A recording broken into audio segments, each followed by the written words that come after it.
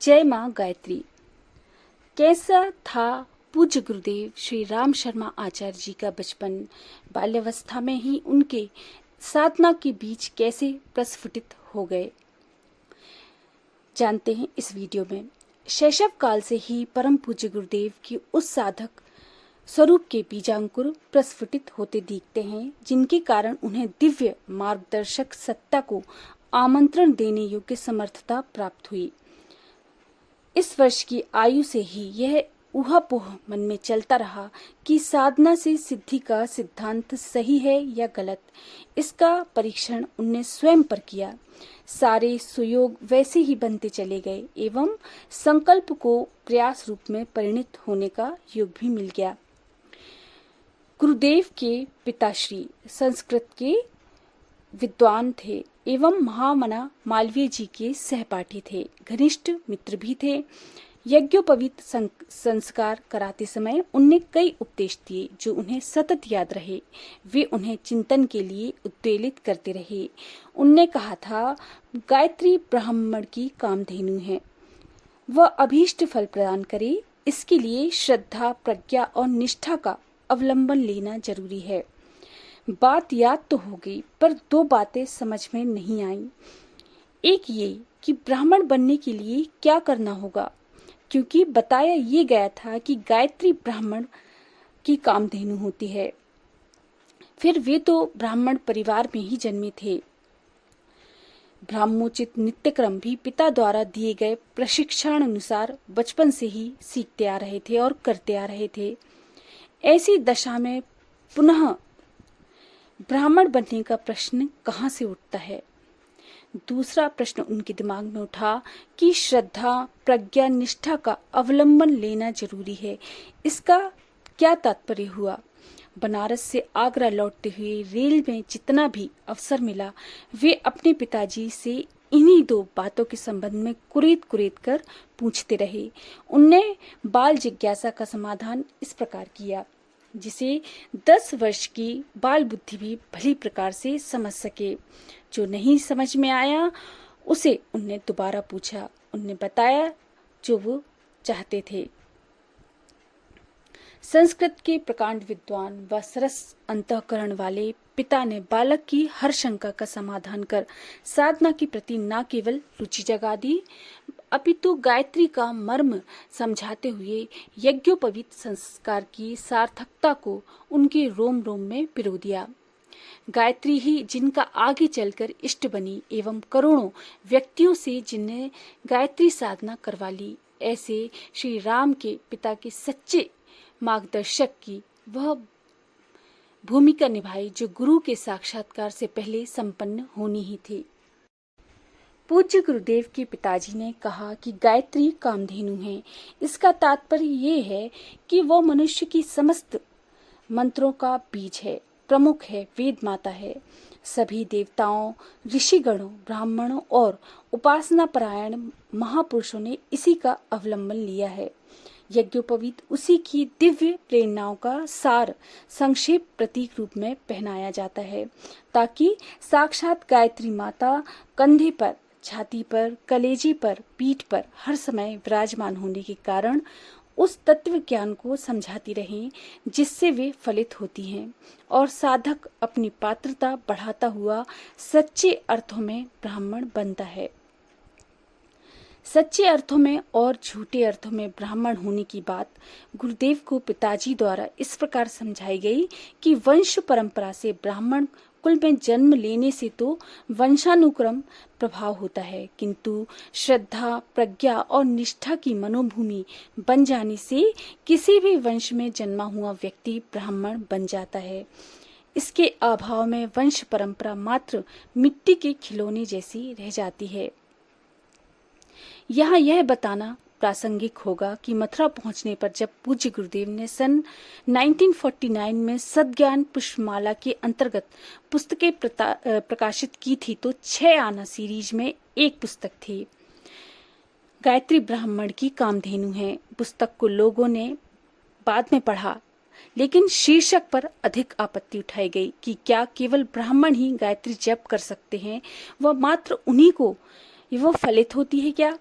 गुरुदेव ने अज्ञानग्रस्त पाठक समुदाय को गहराई से अध्ययन कर अगले संस्करण में ब्राह्मणत्व की व्याख्या पुनः नए सिरे से की। व गायत्री के लिए वंश, कुल, लिंग, गोत्र, वर्ण कुछ भी बाधक नहीं बनता है, यह बात विस्तार से समझाते हुए पुस्तक का नाम ही बदल दिया और गायत्री ही कामधेनु है ये नाम कर दिया।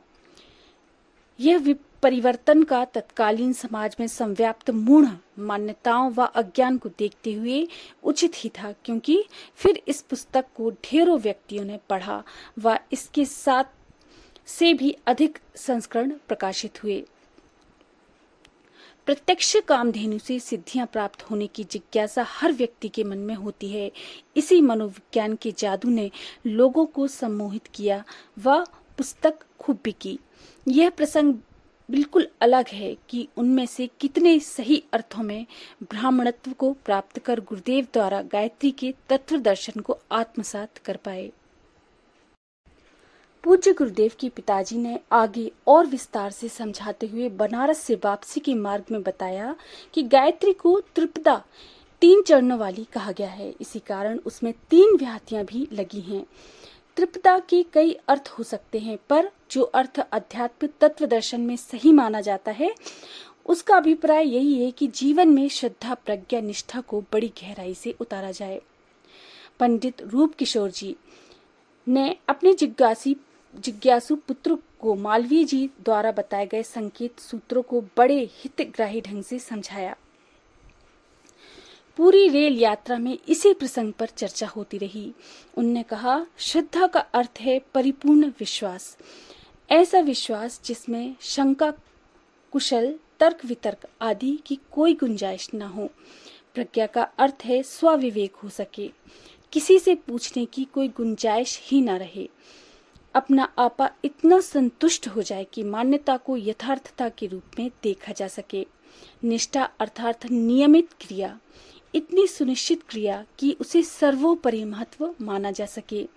जिस प्रकार प्रातः काल उठते ही कुछ खाने पीने की इच्छा होती है, उससे भी अधिक व्याकुलता निर्धारित उपासनात्मक क्रिया कृत्य को करने के लिए उठे और खाया पिया तब जाए, जबकि शारीरिक नित्य कर्म करने की तरह ही मन की मलिनता को स्वच्छ करने की तरह मन की भूख बुझाने के लिए संकल्पित साधना कृत्य पूरा कर लिया जाए।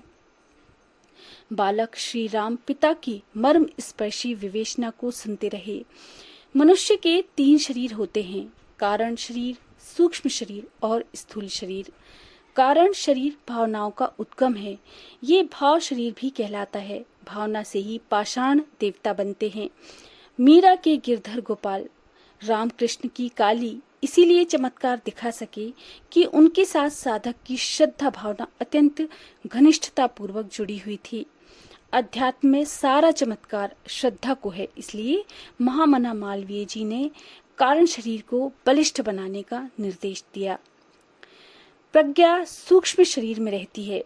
प्रज्ञा अर्थात हर बात में गहराई से प्रवेश कर समूची तर्क शक्ति का प्रयोग कर किसी निर्णय पर पहुंचा जाना। जब विश्वास जम जाए, किसी अन्य के बहकाने फुसलाने का कोई प्रभाव ना पड़े, तो समझना चाहिए कि ऋतंभरा प्रज्ञा जाग पड़ी। इसके कारण विश्वास शिथिल नहीं होता व मान्यताएं नहीं डगमगाती। स्थूल शरीर में निष्ठा का विकास अर्थात कार्य की नियमितता, सुव्यवस्था ये होता है। शरीर का प्रत्येक अवयव इतना अभ्यस्त हो जाए कि काम को सुचारू रूप से किए बिना चैन ही न मिले। बिगुल बजते ही सैनिकों की ड्यूटी पर उपस्थित होने की तरह तत्परता होनी चाहिए। जिस कार्य में अनन्य निष्ठा होती है, उसमें मन ना लगने, समय ना मिलने जैसी बहानेबाजी की गुंजाइश ही नहीं रहती। आध्यात्मिक प्रगति के लिए जिन 3 तत्वों का समावेश जीवन में करना पड़ता है, उन्हें बड़े विस्तार से समझने पर बालक श्री राम की जिज्ञासा अध्यात्म तत्व ज्ञान के संबंध में और भी बढ़ने लगी। उनके पिता ने कहा कि गायत्री कामधेनु तो है और अमृतोपम दूध भी देती है, पर उसे चारा, दाना, पानी की व्यवस्था भी चाहिए, अन्यथा भूखी प्यासी गाय से दोहनी भरकर दूध प्राप्त करने की आकांक्षा अपूर्ण ही बनी रहेगी। स्वयं पूज्य गुरुदेव अपनी लेखनी से अपनी इस यात्रा के प्रसंग में जो लिख गए हैं, उनकी ही लिपि प्रस्तुत है नीचे। अभी मैं आपको जो बोलने वाली हूँ। गुरुदेव ने कहा, महामना मालवीय जी के सूत्रों की पिताजी ने जो व्याख्या की वो मस्तिष्क से लेकर अंतःकरण के कोने कोने में समा गई। इस संदर्भ में और भी जिज्ञासाएं उठती रहीं और उनका भीतर से ही समाधान होता रहा। कितना सार गर्भित विवेचन अध्यात्म का उन्हें बाल्यकाल में ही प्राप्त हो गया था।